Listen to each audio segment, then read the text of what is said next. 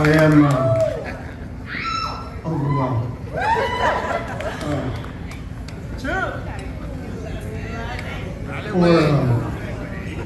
For those of you that don't know me, I was born in Laredo, Texas. I grew up in Bryan College Station in the shadow of Texas A&M. But I got my undergraduate degree from Southwest Texas State. And my law degree from South Texas College of Law. I grew up the son of Mexican immigrants, the youngest of 5 kids. My mother was from San Luis Potosí. My father was from Guanajuato. My mother was a maid and a cook who eventually opened up her own restaurant in old downtown Bryan, which lasted 23 years. It was called Gina's. My father was a hardworking man, a master carpenter, a craftsman. Unfortunately, he was also an alcoholic. As you all know, in Texas, your third DWI is a felony. My daddy had 10 of them before he died. So I stand here before you not just the son of immigrants, but the son of an ex-con. That caused in me some anger management issues when I was young. So I spent some time, 5 different jails throughout the state of Texas. No felonies, no drugs, no crimes of moral turpitude, nothing to keep me from being a lawyer. But I know what it's like to have a loved one in the system. I know what it's like to have my freedom taken away from me. I tell you this not because I want your sympathy. I tell you this because I want you to know how far I've traveled to be here tonight. I want you to understand. I want you to understand how much this truly means to me. Because statistically, I'm not supposed to be here. But who am I to say anything to a room full of legends?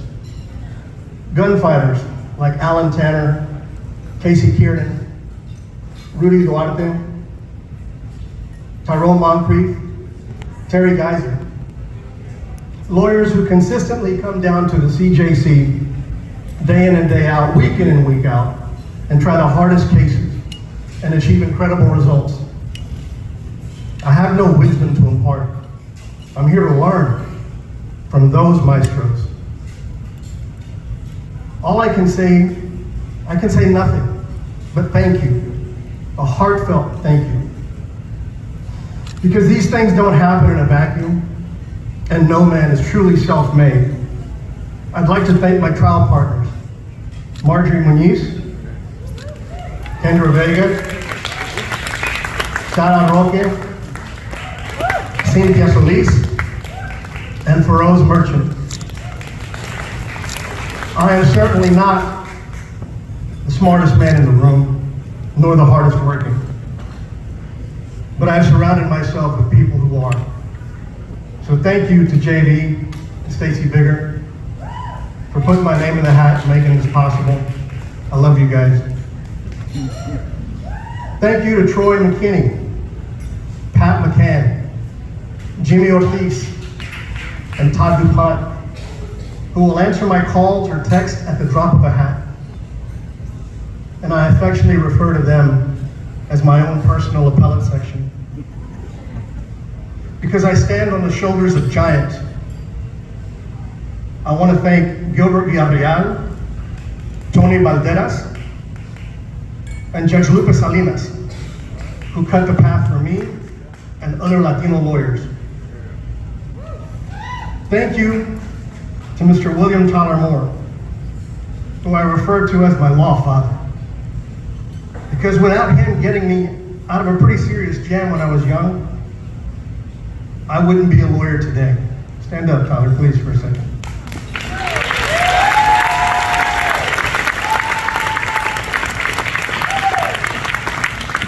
Thank you to my family for their love and support. Thank you to my brother Fernando, who allowed me to cut my teeth in San Antonio and told me never to beg, never to plead. If they don't want to give you what you want, tee it up. Fred, stand up. Come on, Freddie.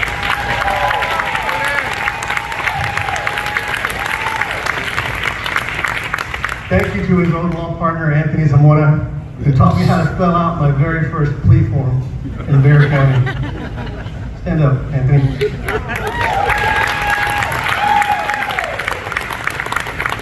I especially want to thank my mother, who couldn't be here tonight, Maria Cortina Cortez, who sacrificed everything to raise 5 children under difficult circumstances, and who put 3 of them through college and 2 of them through law school.